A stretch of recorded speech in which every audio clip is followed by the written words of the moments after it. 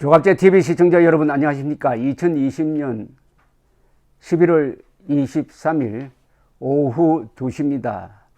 이제 트럼프가 안으로 무너지고 있습니다. 트럼프 측근과 그리고 공화당에서 반기를 드는 사람들이 늘어나고 있습니다. 소송 전술은 지금 스코어가 30대 2입니다. 30군데에서 패소하고 2군데는 이겼는데 그건 아무 의미가 없는 당락에 영향을 주지 않는 겁니다. 그게 스코어입니다. 그리고 터무니없는 부정선거 주장은 오로지 조롱거리가 되고 있습니다. 그리고 방역 비상으로 하루에 1000명에서 2000명 사이 되는 사람들이 죽어나가고 있습니다. 하루에 18만 명 정도가 새로 확진자가 되고 있습니다.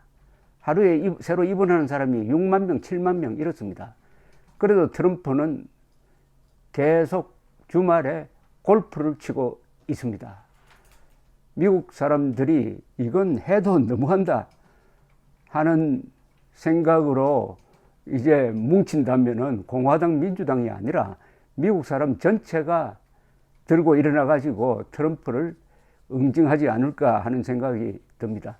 그럼에도 불구하고 한국의 음모론자들은 바이든이 부정선거로 당선되었다고 주장하면서 바이든이 오늘 이 국무장관의 아주 근사한 사람, 특히 대북 강경론자를 내정한 데 대해서 취소하라고 지금 SNS에서 아우성입니다. 이런 코미디가 없습니다. 이 음모론은 정신병입니다. 자신도 망치고 이웃도 망치고 나라도 망치고 국가적 망신입니다. 그런데 미국에서 트럼프의 이 행위를 국가적 망신이라고 주장하는 사람들이 나타나기 시작했습니다. 특히 측근에서 나타났습니다. 이 크리스 크리스티 전 뉴저지 주지사는 이 트럼프와 매우 가까운 사람입니다. 트럼프가 선거 직전에 바이든과 토론회를 할 때 이 크리스티라는 사람이 옆에서 조언을 했습니다. 이 사람도 ABC와 인터뷰를 하면서 뭐라고 표현했느냐. 솔직히 대통령 법률팀의 행동은 국가적인 망신이다. 대통령 측이 주장하는 선거 사기 행위가 있다면 증거를 제시해야 한다. 그들은 법정 밖에서는 사기라고 주장하지만 법정 안에 들어가면 사기를 주장하지 않는다라고 이야기했습니다. 이게 중요하죠.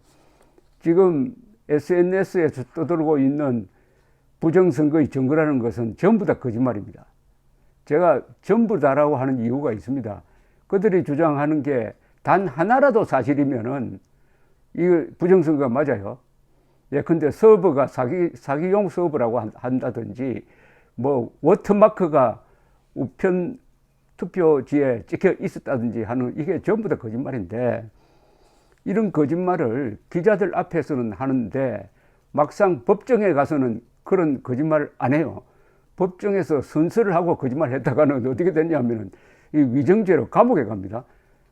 법정 바깥에서 하는 이야기하고 안에서 하는 이야기가 다르다. 이 크리스티 전 지사는 나는 대통령의 지지자였다면서 그러나 우리는 계속 일어나지 않은 일이 일어난 것처럼 행동하는데 저들이 트럼프 측이 그렇게 할 수는 없다라고 이렇게 지적을 했고 또 한 사람 한국에 많이 알려져 있는 레리 호건 메릴랜드 주지사 공화당입니다. 이분은 어제 CNN과 인터뷰를 했습니다. 이분의 부인이 한국 사람입니다. CNN에서 뭐라고 했느냐 하면은 우리는 선거와 관련하여 가장 존경받는 나라였는데 이제 우리나라는 미국은 바나나 공화국처럼 보이기 시작했다. 말도 안 되는 일을 그만둘 때가 됐다. 바나나 공화국이라는 것은 저 남미 후진국을 말합니다. 호건 주지사는 더 많은 당내 인사들이 목소리를 내지 않아 부끄럽다고 했습니다. 존 볼턴 전 백악관 국가안보보좌관은 유명한 이제 트럼프 비판자가 되었습니다만은 그 회고록을 쓰는 걸 계기로 해가지고 CNN과 어제 인터뷰를 하고 나왔는데 지금 트럼프와 그 측근을 뭐에 비유했느냐 하면은 유리창을 향해서 돌을 던지는 길거리의 폭도와 다름없다 했습니다. 폭도라고 했습니다. 폭도. 창문에 돌을 던지는 폭도다. 우리 지도자들이 모두 나와서 선거는 끝났다고 말할 필요가 있다. 트럼프 대통령은 자신의 이익만 생각하지만 공화당은 국가와 당을 생각해야 한다. 라고 이야기했고, 케빈 크레이머 상원 의원은 MBC에 출연해가지고 이제는 정권 이양을 시작할 때다. 라고 했습니다. 그리고 펜실베니아 주에서 어제 트럼프 측의 패소 판결을 내린 연방 판사는 뭐라고 했느냐. 이 사람들의 주장, 즉 트럼프 측의 주장을 다 들어보니까 황당무계하다. 황당무계하다면서 약 680만 명이 펜실베니아주에서 투표를 했는데 말도 아닌 주장을 근거로 해가지고 680만 표를 다 무효로 만들려고 한다. 그런데 그 주장을 들어보니까 아무런 근거도 없다. 이거는 꼭 프랑켄슈타인 만스터 같다라고 했습니다.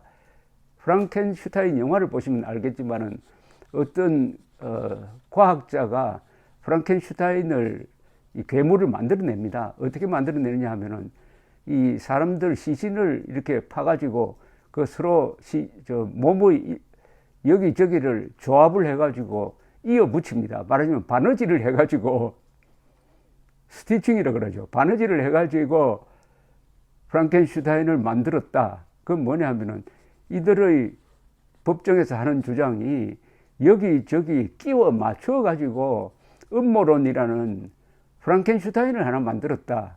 아주 절묘한 표현입니다. 이분이 또 연방판사인데, 연방판사는 대통령이 임명했다는 뜻입니다. 그만큼 비중이 높죠. 그런데 아주 골수 공화당원입니다. 골수 공화당원.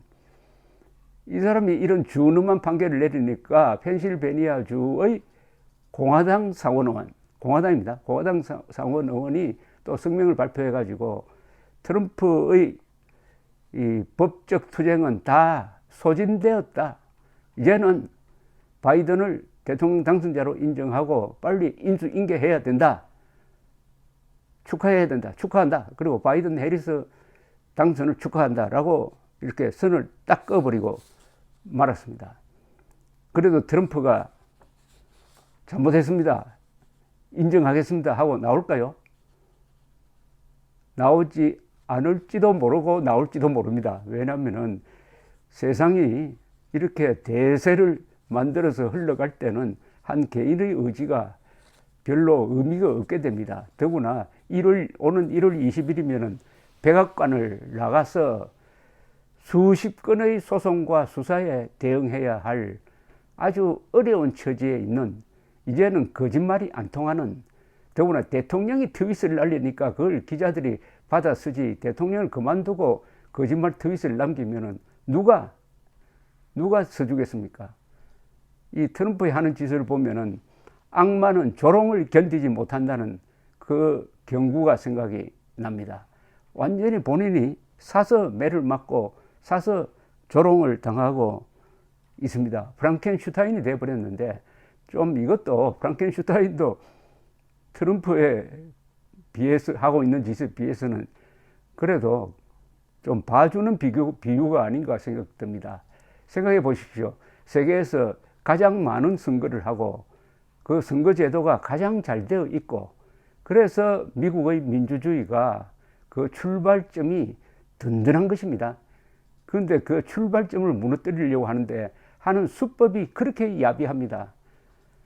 기자들 앞에서는 거짓말을 잔뜩 늘어놓고 정작 소송할 때는 증거를 하나도 대지 못하니까 30건이나 졌는데도 여기서 항복하지 않고 이제는 다른 방법으로 각 주에 있는 공화당 세력을 부추겨 가지고 당선자 인정을 못하게 막고 있는, 그리고 미시간주의 공화당 사람들을 불러가지고 백악관을 불러가지고 압력을 넣고 있는 노골적인 부정선거. 그래서 이것을 뭐라고 표현해야 되느냐 해서 어떤 사람은 non-violence couP다.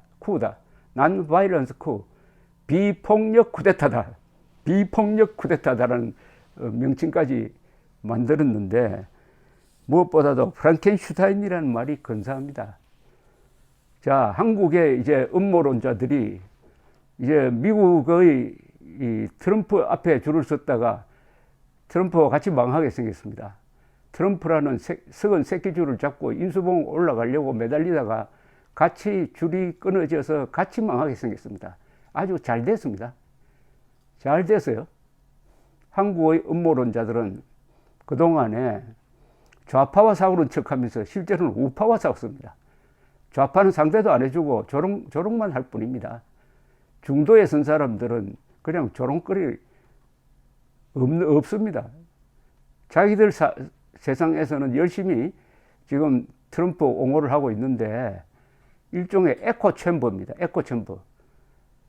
메아리만 울릴 뿐 바깥으로 퍼져나가지 않아요. 그러니까 아무런 영향력이 없습니다. 영향력이 없습니다. 다만 우파 진영 안에서 우파 자해 하는 데는 나름대로 성과를 거두고 있습니다. 그 성과는 어떤 성과겠습니까? 대한민국을 해치는 성과죠. 아직도 유턴할 시간은 있습니다. 언제 유턴하느냐? 12월 초에 이제 확실하게 선거인단이 모여서 투표를 합니다. 그래 되면 이제 공식적으로 대통령 당선자가 되는 겁니다. 흔히 지금 법적으로는 대통령 당선자가 아닌지 않느냐라고 이야기합니다. 법적으로는 그렇지만은 법보다 더 우선하는 게 있습니다. 관습이라는 게 있습니다. 관습. 미국 역사의 전통이 바로 이 관습에 기초합니다. 개표해서 당선이 확정되었다 하면은 바로 그날 패배자가 전화를 걸어가지고 축하하는 게 이게 관례인데 이 관례를 무너뜨리고 있습니다. 이건 법을 무너뜨리는 것보다 전통과 관례를 무너뜨리는 사람이 더 나쁜 겁니다.